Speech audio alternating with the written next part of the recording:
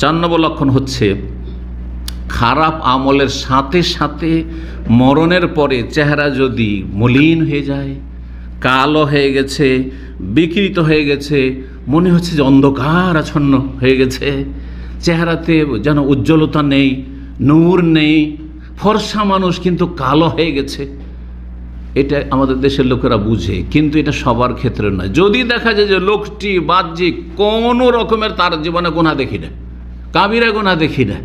তাহলে শুধু তার চেহারা কালো দেখে আপনি হুকুম লাগিয়ে দেবেন না যে চেহারাটা দেখলাম। আমাদের দেশে কিন্তু মরার মুখ দেখতে যায়, মৃত ব্যক্তির মুখ দেখাটাকেও ফজিলতের কাজ মনে করে, এমন কোনো ফজিলতের কাজ নয়। তো যাই হোক, তো ওই লাইন ধরে নারী পুরুষ, সেখানে আর পর্দা থাকে না, নারী পুরুষ একাকার হয়ে গিয়ে ওই মরাকে দেখতে যায়। তো দেখতে গিয়ে নানান রকমের মন্তব্য, ভালো মানুষের চেহারাটা হয়তো এমন রোগ ছিল যে রোগের কারণে হতে পারে, এটা সায়েন্টিফিক বিষয় হতে পারে, মেডিকেলের বিষয় হতে পারে, যে চেহারা কালো হয়ে গেছে বা শরীর কালো হয়ে গেছে, কিন্তু সেটাকে আপনি ফেলে দিলেন, তার বদ আমলের উপরে ফেলে দিলেন আপনি কী করে জানেন? কিন্তু বাহ্যিক যদি দেখা যায় যে ব্যক্তি বেনামাজি ছিল, যে ব্যক্তি ফাসেক ছিল, যে পাপিষ্ট ছিল, সুদখোর ছিল, বেঈমান ছিল, জালেম ছিল, খুনি ছিল, জেনাকারী ছিল, আর চেহারা মলিন হয়ে গেছে, তাহলে ঠিক আছে, এটি হচ্ছে খারাপ মনের লক্ষণ। এই জন্য ওলামারা বলেছেন